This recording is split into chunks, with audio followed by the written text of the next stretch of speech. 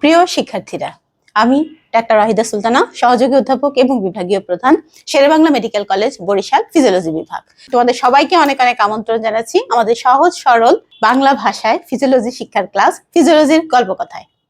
ল্যাকটেশনের last যে step সেটাকে আমরা বলছি galactokinesis or milk ejection. Milk ejection কে করবে?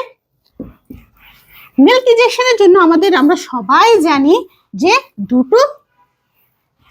দুটো জিনিস, দুটো হরমোন, সবার আগে একটা হরমোন দরকার, সেটা নাম সবাই জানি, দ্যাট ইজ অক্সিটোসিন।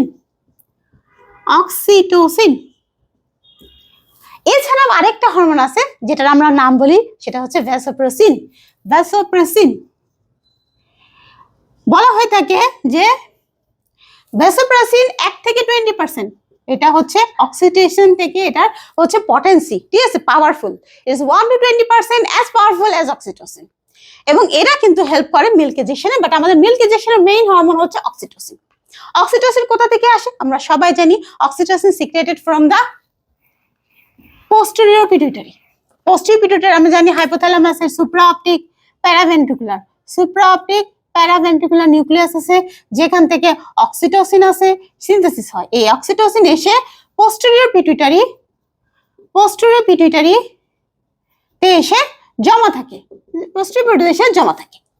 যখন সাকিং অফ দ্য ব্রেস্ট হয়, আমরা পোয়েসিসে যেটা বলেছিলাম যে সাকিং রিফ্লেক্সের ইম্পর্টেন্স কি, সাকিং এর ইম্পর্টেন্সে বলেছিলাম যে প্রোল্যাকটিন সিক্রেশন করাবে সে গোনাডোট্রপিন রিলিজিং হরমোন কি ইনহিবিশনের মাধ্যমে, তারপরে হচ্ছে ডোপামিন কি ইনহিবিশন হবে। এছাড়াও হচ্ছে এই সাকিং এর কারণে যেটা হবে যে সাকিং এর যে রিফ্লেক্স যাবে সেটা হচ্ছে হাইপোথ্যালামাসকে স্টিমুলেট করবে, সেখান থেকে সুপ্রাঅপটিক এবং প্যারাভেন্ট্রিকুলার নিউক্লিয়াস থেকে অক্সিটোসিন রিলিজ হয়ে পোস্টেরিয়র পিটুইটারি আসবে, পোস্টেরিয়র পিটুইটারি থেকে অক্সিটোসিন রিলিজ হবে।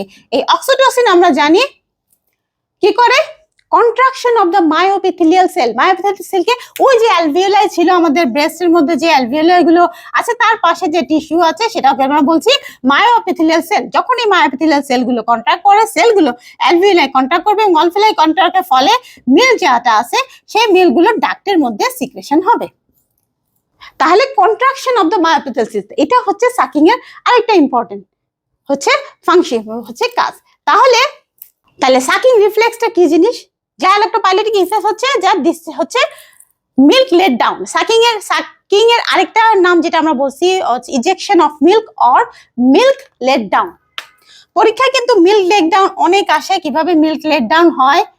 মিল্ক লেট ডাউন পরীক্ষায় কিন্তু মিল্ক লেট ডাউন কিভাবে হয় পুরো প্রসেসটা আসে, এবং তোমরা হচ্ছে ফ্লো চার্টের মাধ্যমে দিলে খুব ভালোভাবে এটার আনসার করতে পারবে।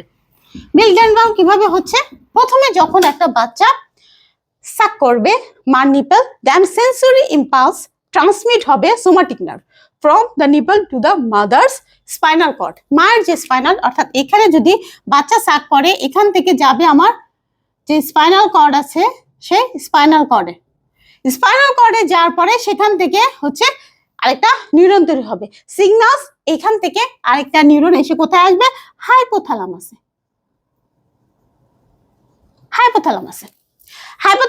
আসবে, এবং হাইপোথ্যালামাস থেকে এসে সে কি করবে? ওই যে আমরা যেটা আগে বলেছি সুপ্রাঅপটিক প্যারাভেন্ট্রিকুলার নিউক্লিয়াসকে স্টিমুলেট করবে। স্টিমুলেট করার ফলে supraoptic paraventricular nucleus then secrete oxytocin that goes to the posterior pituitary, then posterior pituitary secretes oxytocin. These oxytocin through the blood goes to the breast. It causes contraction of the myoepithelial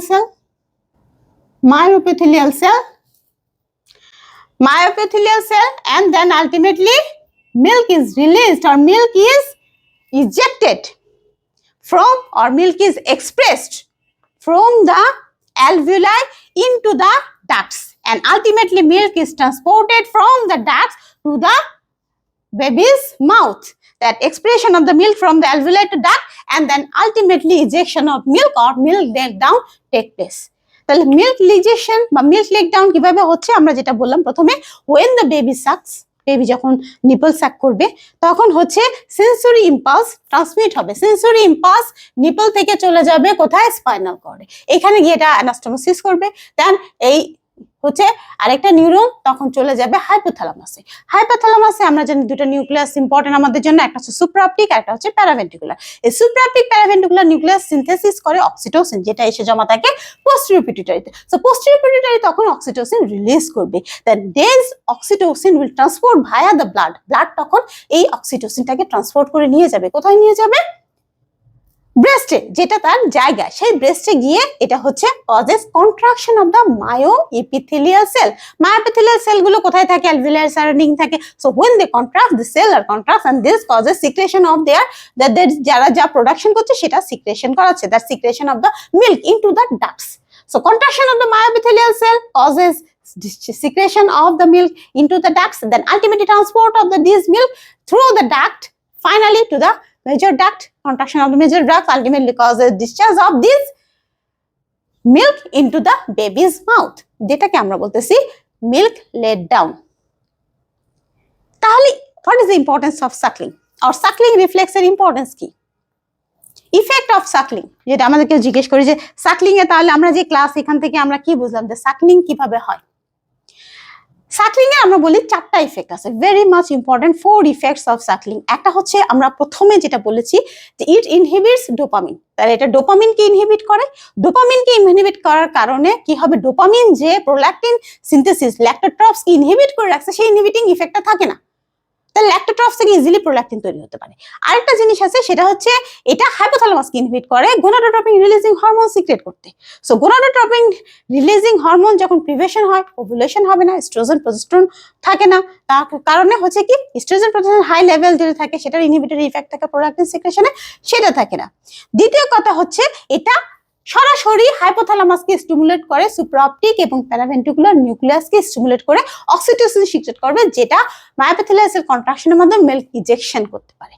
তারপরে যেটা হচ্ছে এটা কেন, যেটা হচ্ছে prolactin secretion বাড়াচ্ছে। তাহলে একটা হচ্ছে dopamine inhibition causes prolactin secretion, inhibition of gonadotropin release causes prolactin হচ্ছে secretion, increase the prolactin secretion, contraction of the myoepithelial cell by releasing oxytocin from supraoptic paraventricular nucleus. This causes milk ejection and it inhibits the gonadotropin releasing hormone, thus is inhibit ovulation, and when it's prevent ovulation there will be no menstruation. So it act as a natural contraception, যেটাকে আমরা বলি lactational amenorrhea. So lactational amenorrhea is very much important. If a mother nurses his baby, যদি ভালো মতো করে আমরা বা regularly breast feed করায়, সাধারণত দেখা যায় 14-18 মাস পর্যন্ত মার কিন্তু হচ্ছে মেন্স হচ্ছে বন্ধ থাকে এবং এই পিরিয়ডে দেখা যায় তার ল্যাকটেশনাল অ্যামেনোরিয়া ঘটে। তাহলে পুরো বিষয়টা সম্বন্ধে যে ল্যাকটেশন আমাদের আছে সেই ল্যাকটেশন সম্বন্ধে আমাদের নিশ্চয়ই একটা ধারণা হলো।